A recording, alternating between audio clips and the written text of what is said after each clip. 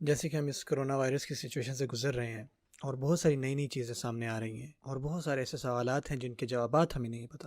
تو میں نے سوچا کہ کیوں نہ ہم بیٹھ کے تھوڑا سا اپنے اصل کے بارے میں سوچیں کہ ہمارا اصل میں بنیادی مقصد کیا تھا. لوگ اپنی ہیلتھ کے بارے میں کنسرن ہیں، اپنی سیفٹی کے بارے میں کنسرن ہیں، اور صرف ہیلتھ اور سیفٹی نہیں افیکٹ ہوئی بلکہ لوگوں کی نوکریاں بھی افیکٹ ہوئیں. بہت سارے لوگوں نے اپنی نوکریاں کھوئی ہیں کیونکہ ان کی جاب ایسی انڈسٹری میں تھی جو کہ بائی نیچر سوشلی تھی، جیسے کہ ریٹیل انڈسٹری ہے یا ٹریول انڈسٹری ہے. بہت سارے لوگوں نے نوکریاں کھوئی ہیں اور ان کی زندگی میں اب اس کی وجہ سے کافی مشکلات ہیں اور فائنینشلی بہت سارا پریشر ہے اور بہت سارے لوگ ہیلتھ کھو رہے ہیں، بہت سارے لوگ سیفٹی کھو رہے ہیں. جب بھی اکانومی نیچے آتی ہے نا، اللہ تعالیٰ ہماری اکانومی کی حفاظت فرمائے، بلکہ ہماری نہیں بلکہ ہر شہر ہر ملک میں. لیکن اگر یہ کولیپس ہو جائے تو بہت ساری نوکریاں نا ایک ساتھ چلی جاتی ہیں اور اس کی وجہ سے پھر جرم بہت زیادہ بڑھ جاتا ہے اور بہت ساری خوفناک سچویشنز پیدا ہوتی ہیں، چاہے وہ دنیا کا کوئی بھی حصہ کیوں نہ ہو. یہ صرف صحت کے بارے میں نہیں ہے بلکہ ساتھ ساتھ اس معاشرے کے بارے میں بھی ہے، جس میں صرف ایک وبا کی وجہ سے کتنا اس کا امپیکٹ ہے. یہ صرف ہاسپٹل اور ڈاکٹرز کے بارے میں نہیں ہے بلکہ معاشرے کے ہر حصے کے اوپر اس کا افیکٹ ہے. اسی وجہ سے میں چاہتا تھا کہ ہم تھوڑا سا پیچھے ہٹیں اور خود کو بھی میں ریمائنڈ کرواؤں اور ہم سب جو ہیں اس چیز کے اوپر فوکس کریں. اب جو کہ قرآن مجید میں ایک سٹیٹمنٹ اللہ تعالیٰ نے فرمائی ہے جو کہ والعصر، اللہ تعالیٰ وقت کی قسم کھاتے ہیں، لیکن اللہ تعالیٰ جو استعمال کرتے ہیں لفظ، وہ لفظ آتا ہے لفظ عصیر سے، اور عربی میں عصیر کہتے ہیں جوس کو. جب آپ کسی پھل کو نچوڑتے ہیں اور وہ نچوڑا ہوا اس کا رس نکلتا ہے، اور معصرات ایسے بادلوں کو کہتے ہیں جو ایک ساتھ جڑ جاتے ہیں اور جب وہ ایک ساتھ جڑتے ہیں تو ان میں سے بارش گزرتی ہے. عصر کا ایکچولی مطلب یہ ہوتا ہے کہ وہ وقت جو گزر رہا ہے، جو کہ جلدی جلدی جا رہا ہے، چاہے آپ جو مرضی کر لیں وہ ختم ہو جائے گا، وہ نہیں رہے گا. اور یہ دن کا وہ حصہ ہے جب روشنی کم سے کم ہوتی جاتی ہے، ٹھیک ہے نا. جیسے روشنی کم ہو رہی ہے تو یہ عصر کا وقت آ گیا. یہ وہ وقت ہے جب جلد ہی روشنی ختم ہو جائے گی دن کی. اس وقت کی اللہ تعالیٰ قسم کھاتے ہیں جو کہ گزر رہا ہے. اور یہ بہت امپورٹنٹ ہے کیونکہ اللہ تعالیٰ اس میں ہمیں ریمائنڈ کرواتے ہیں کہ جو اللہ تعالیٰ کہنے والے ہیں وہ بہت ضروری ہے، اور یہ اس کے بارے میں ہے جس میں آپ اور میرے پاس زیادہ وقت نہیں ہے سوچنے کا. مثال کے طور پہ اگر آپ کو کوئی عصر کے وقت کہے کہ بھائی یہ مغرب تک کام کر دو مجھے، تو آپ کو کتنا وقت ہوگا اس کو ختم کرنے کے لیے. یہ دن کا بھی اختتام ہوتا ہے اور آپ کو کوئی آگے کہ بھائی جلدی سے کام کر دو، آپ نے مغرب سے پہلے کام کرنا ہے. اور جو روشنی ہے نا، یہ کائنڈ آف مثال ہے زندگی کی، اور جو تاریکی ہے یہ موت کی مثال ہے.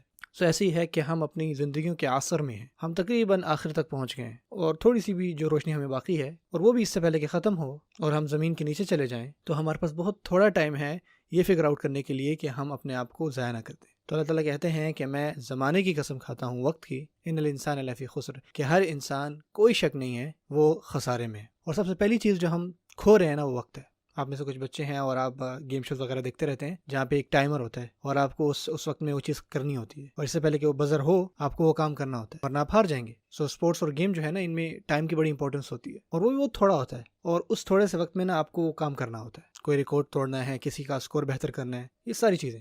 اور یہ زندگی بھی تقریباً ایسی ہے، جو ہمارے پاس تھوڑا بہت وقت بچا ہے. اور ابھی جو ہیں بہت سارے بچے جو ہیں اسکول نہیں جا رہے، تو وہ یہ سوچیں گے ہمارے پاس تو بہت زیادہ وقت ہے، ہمیں تو سمجھ بھی نہیں آ رہی کہ ہم اپنے فارغ وقت میں کیا کیا کریں، ہم تو بہت فری ہیں.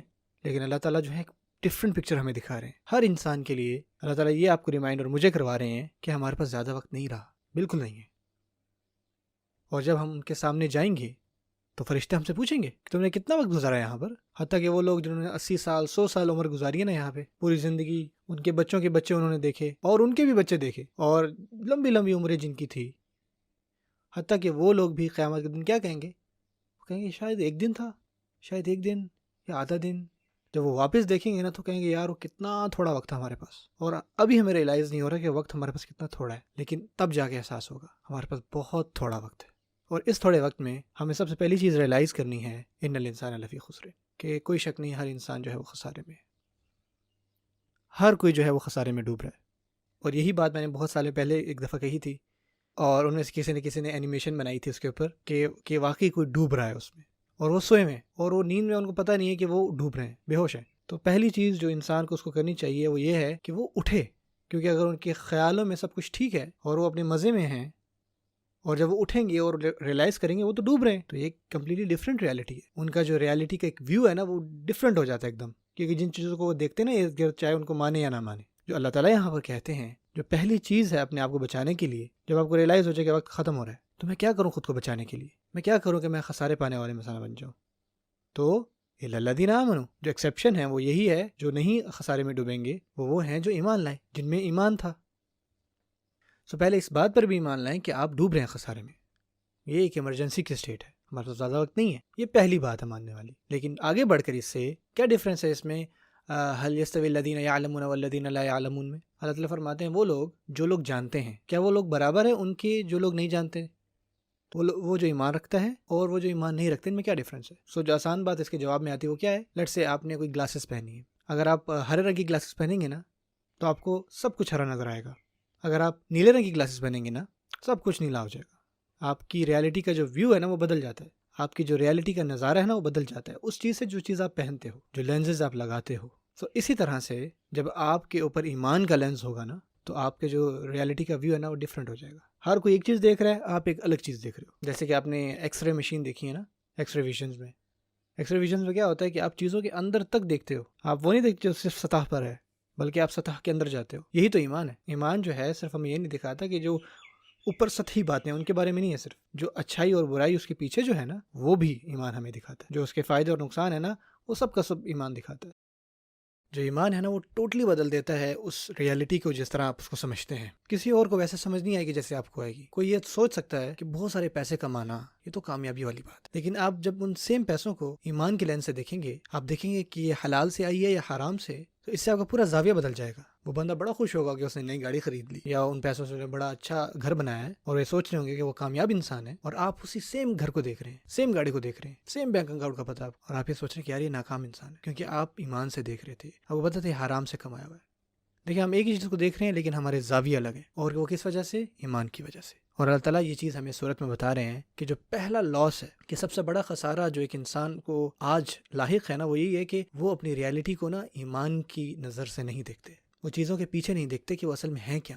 اب رسول اللہ صلی اللہ علیہ وسلم یہ بہت خوبصورت دعا پڑھا کرتے تھے، بہت فیمس دعا ہے.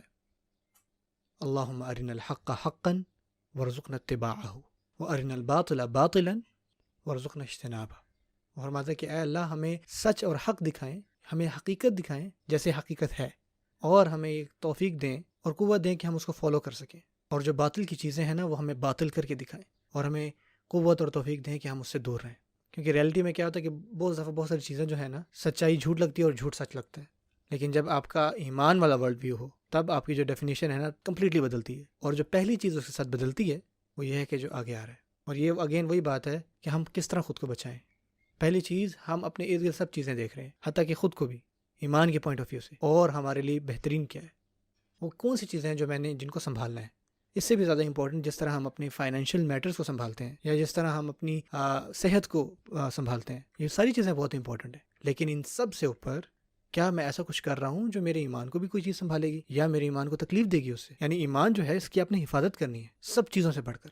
اگر اس کی حفاظت ہے تو سب کچھ ٹھیک ہے، اگر اس کی حفاظت نہیں ہے تو کچھ بھی سیف نہیں. آپ کی سچویشن ہو سکتی ہے زندگی میں ایسی جہاں سب کچھ ٹھیک لگ رہا ہو، لیکن اندر دل میں نا ایمان جو ہے نا آپ محسوس نہ کر سکیں کسی بھی چیز کو، آپ کو ویسی چیزیں نظر نہ آئے ہو. اس کا مطلب یہ ہے کہ کچھ بھی صحیح نہیں ہے، یہ صرف فساد ہے، یہ سب فیک ہے. اور بہت قریب یہ سب واضح ہو جائے گا. آپ صرف پریٹینڈ کر رہے ہیں، ٹھیک ہے نا، آپ دکھاوا کر رہے ہیں. جب وہ ریالٹی ہٹ ہوگی نا تو آپ کہیں گے یار ہوا کیا یار. یہی تو ہے لوگوں کا خسارہ کہ وہ حق کو حق نہیں دیکھ رہے. اگر میں حق کو حق نہیں دیکھ رہا، اگر آپ حق کو حق نہیں دیکھ رہے، تو تب ہم واقعی خسارے میں ہیں. یعنی مشکلات میں جیسے کہ ابھی ہم گزر رہے ہیں، یہ بہت آسان ہے کہ چیزوں کو ایسے دیکھنا جیسے ہر کوئی دیکھ رہا ہے. یہ ہمارا خسارہ ہے. ہم نے ہر مصیبت کو دیکھنا ہے ایمان کے لینس سے. ایمان میں بہت ساری چیزیں ہیں جیسے اللہ تعالیٰ پر ایمان. دیکھیں اب اس میں صرف ایمان اللہ تعالیٰ پر نہیں ہے، اللہ تعالیٰ کے بہت سارے صفاتی نام ہیں اور ہر اس نام کا مجھ پر افیکٹ ہے، ہر نام کا. اگر اللہ کا نام الرازق ہے جو رزق دینے والا ہے، تو چاہے جتنی مرضی مشکلات آ جائیں تو میں کبھی یہ چیز نہیں بولوں گا کہ رزق تو اللہ تعالیٰ نے دینا تھا مجھے. اگر اللہ تعالیٰ گارڈین ہے، اللہ تعالیٰ ولی ہیں، المولا ہیں، اگر میرا ایمان ہے کہ اللہ تعالیٰ کی نام ہے، تو چاہے ہر کوئی جتنا مرضی انسیف فیل کرے، میں کبھی بھی یہ محسوس نہیں کروں گا کہ مجھے سیفٹی نہیں ہے، کیونکہ مجھے پتہ ہے کہ اللہ تعالیٰ ہیں، وہی تو میری حفاظت کرنے والے ہیں. سو اللہ تعالیٰ کا ہر ایک نام وہ چیز بدل دیتا ہے جس طرح ہم چیزوں کو دیکھتے ہیں. ہر کوئی جو ہے وہ پاگل ہو رہا ہوگا، لیکن ہم پرسکون ہوں گے کیونکہ ہمارے اندر ایمان ہے. اور کیونکہ آپ میں ایمان ہے تو جن چیزوں پہ جیسے آپ عمل کرتے ہیں، یہ نیکسٹ اسٹیپ ہے. آپ کا عمل جو ہے نا وہ ہر کسی سے بدل جاتا ہے کیونکہ آپ چیزوں کو مختلف زاویے سے دیکھتے ہیں. اگر آپ کسی آگ کو دیکھیں اور آپ اس سے بہت قریب ہوں تو آپ پیچھے ہوں گے نا، آپ پیچھے ہٹیں گے کیونکہ آپ جلنا نہیں چاہتے، کیونکہ آپ سمجھتے ہیں کہ یہ حقیقت ہے، آگ سچ ہے. آپ واپس آئیں گے. لیکن اگر آپ کو نہ لگے کہ وہ آگ ہے اور آپ کو لگے یار یہ پانی ہے، کچھ کھانا ہے جو حقیقت میں آگ ہو، تو آپ پھر غلط سٹیپ لے لیں گے اور آپ جھل جائیں گے. سو جو آپ کے دیکھنے کا زاویہ ہے نا وہ ڈٹرمن کرتا ہے کہ کون سے کام آپ کرنے میں آسانی سمجھتے ہیں اور کون سے عمل کرنے میں آپ کو مشکل آتی ہے. اللہ فرماتے ہیں الا الذین آمنوا وعملوا الصالحات، وہ نیک کام کرتے ہیں، وہ اچھے کام کرتے ہیں، صحیح کام کرتے ہیں. ان کو کیسے پتہ لگتا ہے کہ یہ صحیح یا غلط ہے؟ کیسے فرق کرتے ہیں کیا سچ ہے کیا غلط ہے؟ 10 لوگوں سے پوچھیں تو آپ کو 10 جوابات ملیں گے مختلف. ہر کسی کا اپنا ہی سچ اور غلط کا زاویہ ہے، ہر کسی کی مورالٹی الگ ہے. لیکن ہمارے اندر ایمان ہے تو جو ہماری ڈیفینیشن ہے نا کیا صحیح ہے اور کیا غلط ہے کی، یہ ہمیں اللہ تعالیٰ بتاتے ہیں. اللہ تعالیٰ ہمیں راہ دکھاتے ہیں کہ کیا صحیح ہے کیا غلط ہے. اللہ ہمیں بتاتے ہیں کہ ہمارے لیے بہترین کیا ہے اور کیا نہیں. اور آف کورس زندگی میں ہمیں بہت ساری خود بھی چوائسیز چوز کرنی پڑتی ہیں، چاہے ہمیں سمجھ میں آئے یا نہ آئے. اور ان میں سے بہت ساری چیزیں صحیح اور غلط کے معیار پہ بھی نہیں آتی. میں یہاں پہ مورل چوائسیز کی بات کر رہا ہوں، وہ چوائسیز جس میں انصاف آتا ہو، عدل آتا ہو. یہ جو چوائسیز ہیں نا یہ ایمان ہمیں بتائے گا. الا الذین آمنوا وعملوا الصالحات. کوئی بھی سچویشن ہونا آپ کے سامنے یہ 4 پاسبلٹیز ہو سکتی ہیں. ایک پاسبلٹی تو یہ ہے کہ اللہ تعالیٰ نے آپ کو ملک دیا ہے اور اس کے ساتھ ساتھ عزت دی ہے. یہ بھی ایک پاسبلٹی ہے بھائی. اللہ تعالیٰ نے آپ کو اتھارٹی دی، آپ کو کنگڈم دیا، اللہ تعالیٰ نے آپ کو کنٹرول دیا اور اس کے ساتھ ساتھ آپ کے پاس قوت ہے، عزت ہے، آپ کا حکم چلتا ہے اور آپ کی عزت بھی ہے. یہ تو سب کچھ ہی مل گیا آپ کو. یہ ہوتا ہے، یہ سلیمان علیہ السلام کے ساتھ ہوا، یہ رسول اللہ صلی اللہ علیہ وسلم کے ساتھ ہوا. ایک ہے کہ آپ کے پاس ایک فزیکل پاور ہو خارجی طور پر، دوسرا آپ کی عزت کرتے ہیں، آپ کا خیال رکھتے ہیں اور ساتھ ساتھ ان کی دل میں بھی عزت ہے آپ کے لیے. یہ تب ہوتا ہے جب آپ میں واقعی لیڈرشپ کوالٹیز ہوں. یہ عام طور پر نہیں ملتی، یہ خاص کر کمائی جاتی ہیں. اور دوسرا سینیریو یہ ہے کہ آپ کے پاس ملک ہو لیکن عزت نہ ہو سکتا ہے یہ بھی. فرعون کے پاس بہت سارا ملک تھا، بہت زیادہ پاور تھی، بہت کنٹرول تھا اور کچھ سینس میں قوت بھی تھی، لیکن جیسے وقت گزرتا گیا اس کی عزت کم نہیں ہوتی تھی. لوگوں نے اس کی عزت کرنا ہی چھوڑ دی، وہ اس پر ہنستے تھے. وہ تو موسیٰ علیہ السلام کو نہیں کنٹرول کر پایا اور نہ ہی مومنین کو اس وقت کے، حتیٰ کہ وہ خود کے وزیروں کو بھی کنٹرول نہیں کر پایا. جیسے وقت گزرتا گیا اس کی عزت تو کم ہوتی گئی. سو ملک ہے اس کے پاس لیکن عزت نہیں رہی اس کے پاس. سو اس نے بڑی فخر سے کہا الیس لی ملک مصر. اس نے کہا کہ بھائی میں تو مصر کا مالک ہوں، میں ہی بادشاہ ہوں، میں ہی صرف بادشاہ ہوں بھائی. لیکن اس نے یہ دیکھا کہ جو میری عزت ہے نا وہ آہستہ آہستہ جا رہی ہے. سو جب اس نے ان جادوگروں کو کہا کہ اس کو اچھا کر کے دکھانا، جب انہوں نے موسیٰ علیہ السلام کو چیلنج کیا نا تو پتہ انہوں نے کیا کہا؟ انہوں نے کہا بے ملک فرعون، بے عزت فرعون انا لنحن الغالبون. ہم فرعون کی عزت کی قسم کھاتے ہیں، کیونکہ ان کو پتہ تھا کہ کیا چیز اس کو تنگ کر رہی ہے. آرمی وہاں پہ ہے ساری، ملک بھی ہے لیکن عزت چلی گئی اور اس کو اپنی پاور بچانے کے لیے یہی تو چاہیے تھا. سو یہ سیکنڈ سینیریو بھی ہو سکتا ہے آپ کے ساتھ کہ آپ کے پاس کچھ کنٹرول ہو، کچھ اتھارٹی ہو، کچھ لیبل ہو لیکن کوئی عزت نہ ہو. ٹھیک ہے نا، جو آپ کو فالو کرتے ہیں ان کے دل میں کوئی عزت نہ ہو آپ کے لیے. اب تیسرا سینیریو ہے کہ آپ کے پاس کوئی پاور نہیں، کوئی ملک نہیں، آپ کے پاس کوئی کنٹرول نہیں، کوئی اتھارٹی نہیں، لیکن پھر بھی آپ کی عزت ہے، آپ کی پھر بھی عزت ہے. آپ یوسف علیہ السلام کا قصہ اٹھا کر دیکھیں، ان کے پاس کوئی پاور نہیں تھی، وہ تو غلام تھے، لیکن ان کے مالک نے ان کو اتنی عزت دی. یہاں تک کہ جب ان کا رہن سہن کیا گیا نا غلاموں کی ایریا میں تو ان کے مالک نے کہا اکریمی مثواہو، اس کے رہن سہن کا اکرام کرو، ٹھیک ہے، عزت کرو. سو یہ ہو سکتا ہے. اب یہ نہ سوچیں کہ اگر آپ کو کوئی پاور نہیں ہے تو آپ کی کوئی عزت نہیں ہے. آپ کی ایک ڈگنیٹی، آپ کی رسپیکٹ، آپ کا آنر ہو سکتا ہے، چاہے آپ کے پاس کوئی مٹیریلسٹک لحاظ سے آپ کے پاس کوئی پاور نہ ہو، کوئی پیسے نہ ہو، کوئی سوشل سٹیٹس نہ ہو، آپ کا ہو سکتا ہے نا آپ کے ساتھ. اب دیکھیں کتنے لوگ ہیں، لاکھوں کروڑوں لوگ ہیں جن کے پاس وہ لگژریز نہیں ہیں جو آپ اور مجھے ایزیلی حاصل ہیں. بہت سارے کتنے لوگ ہیں جن کے پاس کوئی سواری بھی نہیں ہے، حتیٰ کہ کوئی سائیکل بھی نہیں ہے. تو کیا اس کا مطلب یہ وہ ان کو کوئی عزت نہیں ہے؟ وہ لوگ جو گاؤں میں رہتے ہیں اور ان کو کوئی ماڈرن ایجوکیشن نہیں ملتی، وہ تو بڑے عزت دار لوگ ہوتے ہیں بھائی، بہت ہی زیادہ عزت دار. ہمارے نا ذہن میں خیال ہوتا ہے جب آپ کو سرٹن لیول کی ایجوکیشن مل جائے گی نا، یا آپ کو ایک قسم کی اتھارٹی مل جائے گی نا، تو پھر آپ عزت دار ہیں بھائی. اگر آپ کے پاس یہ چیزیں نہیں ہیں تو پھر آپ کی کوئی عزت نہیں ہے. سو جو ٹیکسی ڈرائیور ہے اس کی کوئی عزت نہیں ہے، جو ریسٹورینٹ میں کوئی ویٹر ہے اس کی کوئی عزت نہیں ہے، جو کسان ہے اس کی کوئی عزت نہیں ہے، جو کوڑا اٹھاتا ہے اس کی کوئی عزت نہیں ہے. لیکن جس بندے نے یونیورسٹی میں پی ایچ ڈی کی ہوئی ہے وہ بہت عزت دار ہے، اس کے پاس اتھارٹی ہے. جس کے پاس کوئی آفس ہے اس کی بڑی عزت ہے. یہ نا مصنوعی تعریفات ہیں ہمارے ذہنوں میں. اللہ تعالیٰ نے ایسی دنیا بنائی ہے کہ جہاں پہ لوگوں کے پاس کوئی پاور نہیں ہوتی، کوئی رسپیکٹ نہیں ہوتی، کوئی اتھارٹی نہیں ہوتی. مثال کے طور پہ آپ اصحاب کہف کے بارے میں دیکھیں، ہم آج تک ان کی عزت کرتے ہیں. ان کے پاس کون سی پاور تھی؟ رسول اللہ صلی اللہ علیہ وسلم جب طائف کی طرف گئے اور جب ہجرت کی اور غار میں جا کے رہے، ان کو مدینہ آنا پڑا، ان کو کتنی مشکلات کا سامنا کرنا پڑا. کس لیے؟ ہمارے لیے. اور وہ اس دنیا کے سب سے عظیم اور عزت دار آدمی ہیں. ان سے زیادہ عظیم کوئی نہیں اس دنیا میں. ہمارے یہاں کوئی جس کا کوئی گھر نہ ہونا ہم سمجھتے ہیں اس کی کوئی عزت ہی نہیں ہے. سوچیں ابراہیم علیہ السلام کا بھی کوئی گھر نہیں تھا لیکن ان کی کتنی عزت ہے. وَلِلَّهِ الْعِزَّةُ وَلِرَسُولِهِ وَلِلْمُؤْمِنِينَ. اللہ تعالیٰ فرماتے ہیں کہ عزت تو اللہ کی ہے صرف اور صرف، اور اس کے رسول کی اور مومنین کی. جب تک آپ کے دل میں اللہ تعالیٰ کا ایمان ہے نا تو عزت کہیں نہیں جاتی. عزت کا ایک ڈائریکٹ تعلق ہے آپ کے ایمان کے ساتھ. اور پھر ایک ورس کے سینیریو بھی ہے جہاں آپ کے پاس کوئی پاور نہیں ہے، کوئی ڈومینین لا ملک ولا عزہ، اور عزت بھی نہیں ہے آپ کی، کوئی اتھارٹی نہیں ہے آپ کے پاس. انفارچونیٹلی ایسے بھی لوگ ہیں کہ صرف اس وجہ سے مٹیریل سینس میں ان کے پاس پیسے نہیں ہیں یا کوئی سوشل انفلوئنس نہیں ہے آپ کے پاس، کوئی کنٹرول نہیں ہے آپ کے پاس. تو کیا ہوتا ہے کہ یہ سب ہونے کے بعد آپ ایسی چیزیں کرتے ہیں کہ آپ پھر خود کی بھی عزت نہیں کرتے. وہ چیزیں جو آپ پانا چاہ رہے ہوتے ہو نا، بعض اوقات آپ خود کو نیچے گرا دیتے ہو، اپنے آپ کو ہیومیلیٹ کرتے ہیں. تو پھر ہم نچلوں سے نچلے اسفل سافلین ہو جاتے ہیں. نہ ملک ہے نہ عزت ہے. اور جیسے آپ یہ چیز سیکھتے ہیں نا تو آپ ایک بہت خوبصورت بات سیکھتے ہیں کہ ملک اتنا زیادہ امپورٹنٹ نہیں ہے، عزت زیادہ امپورٹنٹ ہے. آپ یہی سیکھ رہے ہیں آج. اللہ تعالیٰ قرآن مجید میں فرماتے ہیں بیدک الخیر، بلکہ ہم اللہ تعالیٰ کو قرآن مجید میں کہہ رہے ہوتے ہیں کہ صرف اور صرف آپ ہی کے ہاتھوں میں یا اللہ، صرف آپ ہی کے پاس تمام کے تمام خیر آپ ہی کے ہاتھوں میں. تمام کی تمام جتنی بھی خیر ہے نا وہ سب آپ کے انڈر کنٹرول ہے. اور یہ بڑی خوبصورت بات ہے، اور یہ ہم اللہ تعالیٰ کو کہہ رہے ہیں. چاہے میرے پاس ملک ہو یا عزت ہو، یہ سب خیر ہے. اگر میرے پاس ملک ہوتا اور عزت نہ ہوتی تو اللہ تعالیٰ آپ اس کو بھی خیر میں بدل دیتے. اگر میرے پاس کوئی ملک نہ ہوتا اور صرف عزت ہوتی تو اللہ تعالیٰ اس میں بھی کوئی نہ کوئی خیر ہے. اگر ان میں سے بھی کچھ نہیں ہے میرے پاس تو یا اللہ کچھ نہ کچھ ایسا ہے جس میں خیر ہے میرے لیے. آپ یا اللہ کہیں نہ کہیں سے خیر نکال سکتے ہیں میرے لیے. ہم نا خیر کو تب دیکھتے ہیں جب ہمیں نظر آ رہا ہوتا ہے یہ کام خیر کا ہے. اللہ تعالیٰ وہاں سے خیر کے کام نکال سکتے ہیں جو ہم سوچ بھی نہیں سکتے. اللہ تعالیٰ ہی ہے نا جس نے فرعون کو ملک دیا، اللہ تعالیٰ ہی نے نمرود کو بادشاحت دی تھی.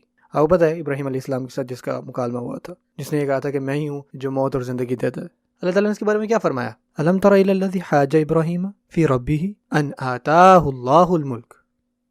کیا آپ نے اس کی طرف نہیں دیکھا جو ابراہیم علیہ السلام سے لڑ رہا تھا، جھگڑ رہا تھا، جس کو اللہ نے ملک دیا. اللہ تعالیٰ جس کو چاہے بادشاہت دے اور جس سے چاہے جو اپنا کام کروا لے، ہمیں سمجھ آئے یا نہ آئے. بیدک الخیر. ہمارا پورا اعتبار ہے آپ پر یا اللہ. آپ ہی اپنی قوت دیتے ہیں، چاہے وہ اچھے لوگ ہوں یا برے ہوں. آپ ہی ڈیسائیڈ کرتے ہیں، یہ آپ ہی کی اذن سے ہوتا ہے، اور ہم تو بس یہ جانتے ہیں کہ آپ ہی کے ہاتھ میں خیر ہے، آپ ہی کے ہاتھ پہ خیر ہے. بیدک الخیر انک علی کل شیء قدیر. آپ ہر چیز پر کوئی شک نہیں کہ ہر چیز پر قادر ہیں. ہر چیز پر آپ کی کنٹرول ہے، ہر چیز پر آپ کا کنٹرول ہے. جب اللہ تعالیٰ کا فیصلہ ہو تو فرعون کو اللہ تعالیٰ نے بادشاہت دی. جب اللہ تعالیٰ نے فیصلہ کیا تو سلیمان علیہ السلام کے پاس بادشاہت آ گئی. کیسا نبی جس نے انصاف کیا، ذوالقرنین وہ جو بادشاہ تھا اس نے انصاف کیا، یا پھر کوئی ظالم بادشاہ جس نے ناانصافی کی، چاہے جیسا بھی ہو. یہ دونوں کے ساتھ ہے سورہ کہف میں. ایسے لوگ جن کی کشتیاں جو ہے وہ چھینی جا رہی تھیں، ایک ظالم بادشاہ ایسا کر رہا تھا، اور اسی صورت میں ایک ایسا بادشاہ بھی ہے جو جا رہا ہے اور لوگوں کی مدد کر رہا ہے. اور ان دونوں کی پاور کہاں سے آئی؟ اللہ تعالیٰ نے دی. اور یہ باتیں ہم اللہ تعالیٰ سے بات کرتے ہیں، ان کو بتاتے ہیں. آپ اپنی پرسنل لائف میں یہ کریں، اور جو کچھ بھی آپ کے ارد گرد ہو رہا ہے سب کو دیکھیں. آپ اللہ تعالیٰ کہتے ہیں کہ اللہ آپ ہی ہیں جو ہر چیز کو قدرت دیتے ہیں. یا اللہ آپ ہی ہیں جو لوگوں کو جو ہے وہ بادشاہت دیتے ہیں. یہ بھی اللہ تعالیٰ کی طرف سے ایک امتحان ہے. جو بنی اسرائیل تھے، موسیٰ علیہ السلام نے ان کو کہا جب چیزیں واقعی مشکل ہو گئیں، انہوں نے فرمایا کہ ہو سکتا ہے ان یستخلفکم فی الارض، ہو سکتا ہے اللہ تعالیٰ تمہیں بھی خلافت دے زمین پر. فینظر کیف تعملون، اور وہ دیکھے گا تم کیسے پیش آتے اس سے. یعنی کہ قرآن مجید کے مطابق اگر آپ کے پاس پاور ہے نا تو یہ بڑا امتحان ہے. اگر آپ کے پاس پاور ہے، کوئی قوت ہے، اگر آپ کے پاس، یہ زیادہ بڑا امتحان ہے اس سے جس کے پاس کوئی پاور نہیں ہے. کیونکہ جب کسی کے پاس کوئی قوت ہوتی ہے یا کوئی انفلوئنس ہوتا ہے اس کے پاس، یا آپ ان کنٹرول ہوتے ہو اپنے خاندان پر، آپ ڈیسائیڈ کرتے ہو کہ آپ کے بچے کیا کریں گے، آپ ڈیسائیڈ کرتے ہو کہ پیسے کہاں خرچ کرنے ہیں. جب آپ کے پاس یہ کنٹرول ہوتا ہے تو پھر ایسے حالات میں غلط کام کر دینا وہ بہت صحیح لگ رہا ہوتا ہے. آپ کہتے ہو کہ مجھ سے کون سوال پوچھے گا بھائی، میں کسی کو کوئی جواب دے نہیں ہوں، میں چاہے جیسے مرضی اپنے پیسے خرچ کروں، جو مرضی خریدوں، چاہے جب مرضی جاؤں، جو مرضی کروں، تم کون ہوتے مجھ سے پوچھنے والے بھائی.